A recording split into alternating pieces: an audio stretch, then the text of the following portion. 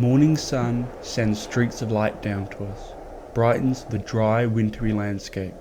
I'm standing under an evergreen pine tree, looking out onto Montana's roadhouse. Beside me, David leans against the nearby fence, small circles of smoke emanating into the air as he fails to relight his cigarette. "Almost got it," he mumbles. Then the flame finally flickers, relights the end of the cigarette. We are waiting for the girls to leave Montana's and join us back toward the car, which is parked only a short distance away. The wind rapidly increases around us, rattles the pine trees above. I start to pace back and forth, my phone in my hand, my thoughts racing. I look to the phone, a surge racing through my body, the realization that I must make the phone call. I need to. I watch as the girls, Talia and Bridget, step out of Montana's saloon doors, pass under the dusted brown sign, and move toward us. I notice the tacky western stars dotted across the sign. The words "Drifters Welcome" etched below in faint white chalk. We'd been driving since about 6 a.m, moving down long, empty vistas of road, David's Ford Ranger pummeled by the on-off again rainfall. The four of us had left Queen's University the previous Sunday, driving down to Belleville, then spending a few nights in Toronto, where Bridget wanted to check out the EDM clubs, and Talia a performance at the Globe Theatre. My only strong takeaway of Toronto was that looking at the much-buzzed CN Tower would make a great antidote for insomniacs. After 3 nights there, we left, passing through Mississauga, then Guelph, and now we were somewhere around Hamilton, having stopped at Montana's for a meal and drink, now en route to Niagara Falls. The sunlight nearly blinds the girls as they reach us. They put on their sunglasses and I zip up my puffer jacket, still trying to mentally hype myself to dial the number. "About time," David says to the girls, throwing his cigarette out and moving off toward the direction of the car. Bridget runs up to be beside him and then asks him how much he knows about the plight of the black beetle. "I don't know, Bridget. Not much, I guess," David tells her, blank-faced. Then he starts to grimace, probably realizes that she has found her new cause of the month. Talia moves by me, holding an old Joan Didion paperback firmly in her hands and looking off, somewhere into the distance. I just stay where I am, under the evergreen pine tree. I hold up my phone and gesture it to the group, the wind starting to calm a bit. "Hey, so I gotta make a quick phone call. I'll meet you guys at the car," I tell them in a hurried and frantic kind of way. "Yeah, no problems, man," David says, relaxed and nonchalant. "Whatever." Bridget chuffs. She rolls her eyes, turns back to David, and continues her spiel about the plight of the black beetle. Talia halts, looks back to me with an exaggerated, light-hearted expression. "Great, so you're leaving me to third wheel now?" she says. Almost starts to smile, though she quickly stops herself. "I'll be like 10 minutes, I say, shrugging. "That's a long time to third wheel for," she says glumly as she gestures the middle finger and turns off to follow David and Bridget back to the car, falling from my view. I open my phone and scroll through the contacts, searching for her name, Roelle. Finding it, I dial the number and wait, eagerly, hopefully. Inside Montana's, through the window, I can see the bartender playing cards by himself. An old guy and a youngish girl, 20-something, down morning shots of tequila together. A tattooed guy puts coins into an old jukebox. The call ends. She doesn't pick up, so I quickly redial. Up ahead, I spot a dark car edge into a quiet blue fuel station, halting by the pumps. I notice its strange, perplexing shape, kind of rectangular, its windows tinted. I see nothing inside of it.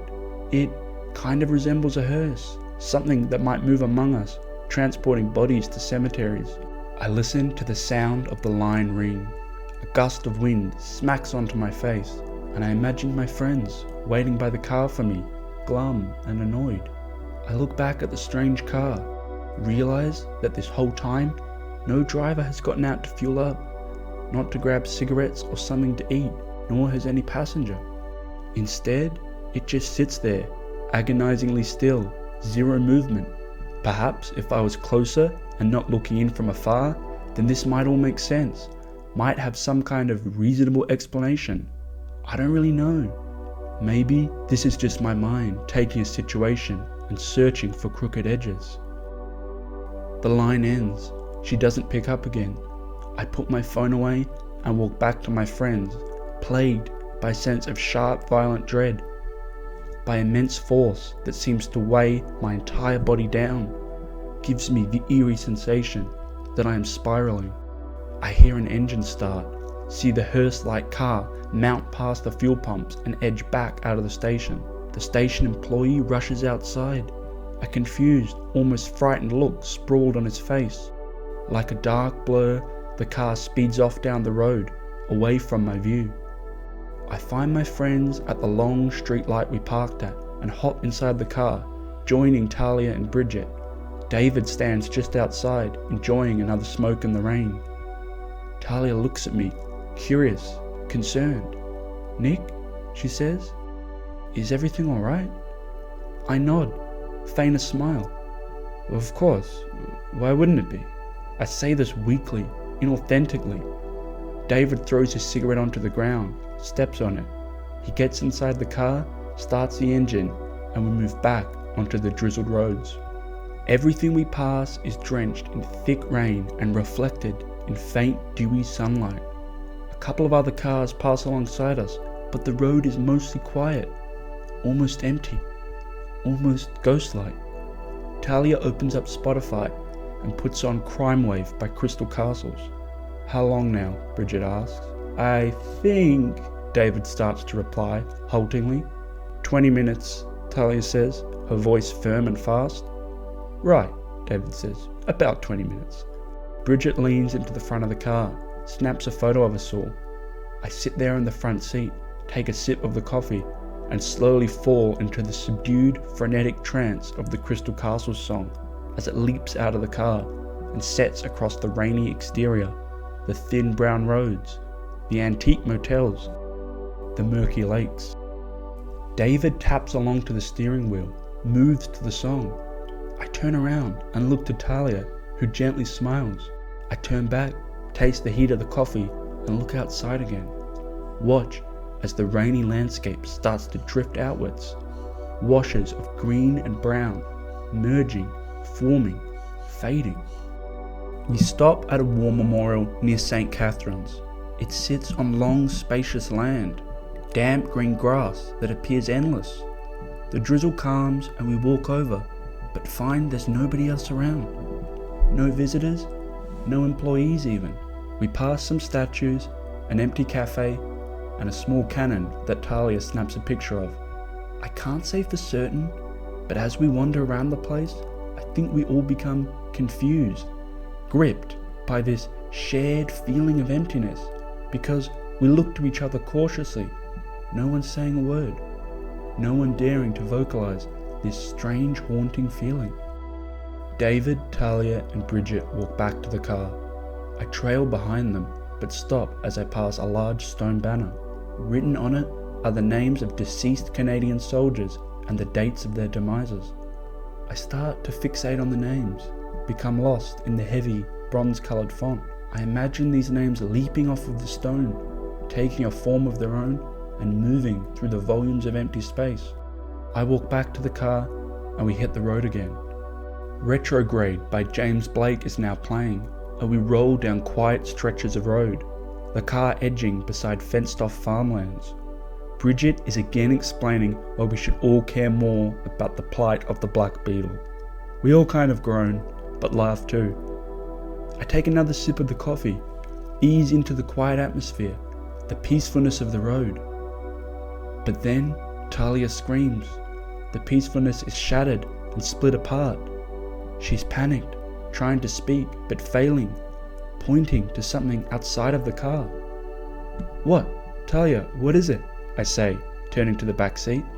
"Oh my fucking god," she finally utters, fear dripping in her voice. "What?" David barks, slowing the car. "What the fuck is it?" I follow her gaze behind the car and see a body resting on the ground beside the road. Holy shit, I say. David, turn around. There's a body back there. Turn around. David makes a swift U-turn, then slowly drives toward the body. I feel a jolt of panic hit me. We all do. David, usually calm and confident, appears weaker, more fragile. He pulls the car up toward the spot of fenced land. None of us move. Well, I'm not going alone, David says, piercing the silence. I notice that everyone is now looking at me. Fuck, fine, I say, joining David out the car. We leave the girls inside and slowly, cautiously walk toward the side of the road. I see the large, overweight figure of a man. He wears a bright yellow sweater, faded blue jeans. His head is perched back across damp leaves. David and I look to each other, but say nothing, the fear rising as we approach. I bend down and try to examine the possible murder victim. I feel immense sadness, colossal shock. But then, the body bursts up, heaves for air. The fuck? David shouts, jumping back. I just freeze. The large figure stands up now, almost casually, without fuss. Hey, my name's Terry. Could I hitch a ride to Port Colborne? David and I just stand in utter shock and complete confusion. What the fuck? I say, looking at David, then back to this Terry. What the fuck is happening? David says. Please, Terry says annoyingly, without a shred of irony. Port Colborne? We're not even going in that direction. We're going to Niagara Falls, David says. We stopped, I say, because we saw you lying there on the side of the road, completely motionless. I glare warily at Terry, trying to understand what it is that is happening. We stopped, I reiterate, because we thought you were dead. Terry just shrugs. Oh, me? I'm fine, lads. Well, why were you laying there on the side of the road like you were dead? David asks. Well, I was pretending to be dead because it's far easier to get people to stop that way. Far easier than hitchhiking, you know? No, I don't know, I bark back, unamused. You're a goddamn fucking wacko, you know that? Oh my god, David mutters, walking back to the car. I follow him, both of us annoyed, both of us weirded out. Well, you did stop, didn't you? Terry calls back to us, flailing his arms up in the air, as if we are the unreasonable ones in this bizarre situation. Fuck you, man, I shout back to him, returning to the front seat of the Ford Ranger. Yeah, alright, no need to be a dick, Terry calls out, as he lays back onto the wet ground, returns to his bizarre, playing dead hitchhiker ploy. What the fuck was that about? Talia asks us as we re-enter the car. Nothing, just some weirdo, let's just forget about it, I say. Agreed, says David, shaking his head, starting up the engine. We pass large steel bridges, little factories with smoke ringing out, some more lakes, greenish but tiny. Bridget is leafing through a travel brochure, mentions something about an ice wine festival later that night. Talia is reading her Joan Didion novel. Then, David starts retelling that story about his swim team's trip to Athens, where they tried to buy MDMA from undercover Greek cops and fled the picturesque streets on scooters. I think he must tell this story about 4 times a year. I rub my eyes, feeling tired, check my phone, and see there's no call back, no message, nothing. Defeated, I feel a wave of hurt crash onto me. She was gonna call back, right? It couldn't end like this, could it? I watch the light glint in my side mirror, notice the way the land in front of us rolls by, almost as though it's disappearing entirely. I let this random notion distract me. Tiring, I try to stay awake, blink a few times, but I begin to doze off now, fall into a dream. There I am, alone and wandering through a vast field. Up ahead, silvery mist floats from distant hilltops, rises up around a large looming stage. There's a microphone on it, some instruments. I walk faster through this field, this mist, but the stage stretches far away. I hear rustling and quickly turn to my left, see 2 people now walking beside me. One carries a guitar case and the other a microphone stand. I look to them. I'm dreaming, aren't I? I say to them, but they just ignore me, remain looking ahead. Then, from somewhere else, I hear a woman's voice. Bob, Bob, is that you? She says to me. It's a voice I seem to know well, because something changes in me. Something forms. I stop. The other two continue on, pace toward the stage without me. Bob? My name isn't Bob. My name's Nick, I try to tell her, but she's turned away from me, her face concealed, hidden. Bob, she says in a warm voice, how long have you been back? There must be some kind of mistake. I don't think I'm who you're looking for, I say, stepping forward as I try to see her face, her eyes, but she just keeps moving off, moving slightly away. I see only the back of her long dark hair. Follow me, she says, stepping off into the mist. Up ahead, I can no longer see the stage or the hilltops. They are lost to the silvery mist as it deepens through the field. I go to follow her, step forward, but then I freeze, almost falling. Wait, where did you go? I call out, my voice faint and confused. A cold and hollow feeling hits me. The mist expands. Then suddenly, I wake. We've arrived. I look out at the quaint, spacious town that is Niagara-on-the-Lake. The weather is still blistering, icy, and the first thing that grabs me is the stream of colour. Blues, reds, greens, whites. It livens the little shops and restaurants, the small houses. I see a flash flicker in the sky. The rain starts up again. Bridget and Talia are talking, laughing about something. Then they turn to me. You're up, Talia says. Welcome to Niagara. I can hear Vampire Weekend's I Think You're a Contra surge from the playlist. I watch as ripples of rainwater wash down the windshield. Then, from far up, I can just make out the falls, a monolithic stream of endless water. Looking up at it from down below, I realize that it makes us all seem so small, so secondary, so atomized. We turn by a sharp corner of road, and I think the car slips because I hear something bang onto the ground. Shit, David says. What is it? Bridget asks, frantically. The car slows and we swerve to the side. What's happened? I ask. Flat tire, David says, groaning. I fucking told you to check before we went, David. Fuck, says Bridget. We're gonna miss the Ice Wine Festival now. Can everybody chill? David says, but he only looks at Bridget. It's fine. I have a spare in the back. He gets out of the car and walks to the boot. I jump out too. Confused and slightly disoriented, I feel the sudden urge to go walk somewhere.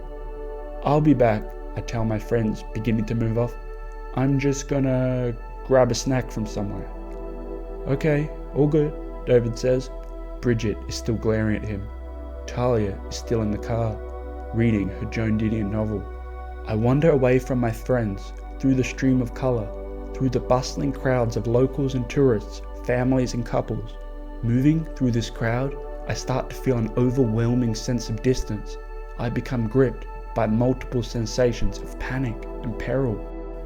I look to the first cafe I can see and wander inside, my veins pulsating, my head ringing. The only one inside, I walk to the counter, nod to the woman working there. She wears old school moon-shaped glasses. Her orange-grey hair is tied back. Welcome. What can I get you? She says, somewhat robotically, but friendly, smiling. I see a tuna sandwich wrapped in alfoil and order it, then wander out the store, my lunch in hand, feeling the rain as it belts down, slips down my jacket, soaks my hands and face. I go to cross the road, but stop, press the button at the lights and wait. I look up again to see the faint outline of Niagara Falls, a mountain of water. Nature's bridge between Ontario and New York, a portal between two different worlds. I hold onto my phone and think about calling her again. Imagine where she is in this moment, what she feels when she sees my call, when she declines it. An image returns to me, her and I standing outside of the bookshelf cinema, the night's line so long and crowded that it extends out onto the busy streets of Kingston, Ontario. Buskers are performing, bars and clubs are open and packed, and the echo of a police siren blasts across the night. She leans her head and rests it on my shoulder, the bluish-orange flash of the passing police car reflecting onto us. Then she looks up at me. "Nick," she starts to say. "What is it?" I ask, smiling, my arms wrapped around hers. "Can I ask you something?" she starts to say. But then, all sound cuts out, and in my hazy memory of this moment that I had replayed over and over, something new starts to happen. One by one, the streetlights all flick off. The cars all screech to a sudden halt. The colourful billboards that overlook the street fade to black. The crowds of people, young and old, freeze, become featureless, become like statues. From there, the memory starts to darken, fade off. This memory, it disappears, and I return to the present moment. I return to this wild and rainy day in Niagara-on-the-Lake. More pines line the path as I wander back to my friends. The clouds in the sky deepen and the wind rises, the rainfall beating down. I take the tuna sandwich out of the alfoil. Turning, I spot the car in the distance.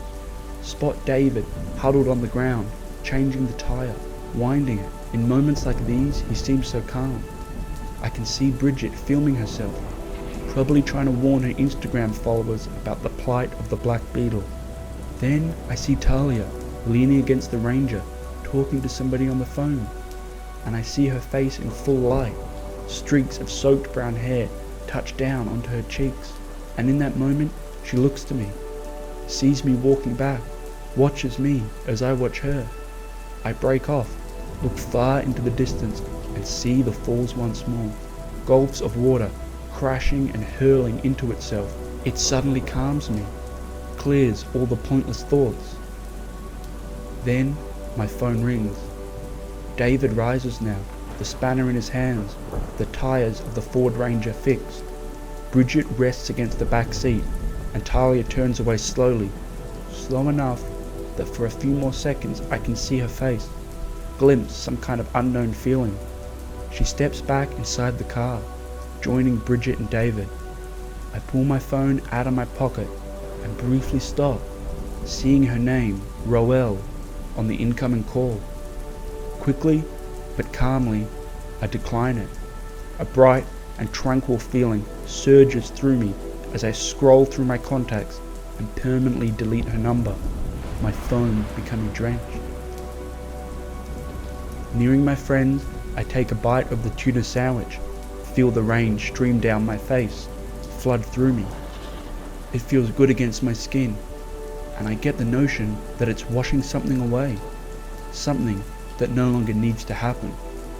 Behind me, the evergreen pines are being battered by the strong gusts, shaking and rustling. It is ungovernable wind howling across the town, almost screaming. If my intuition is right, and sometimes it is, then I think that nature is trying to tell me something. And I think that now I might be starting to listen.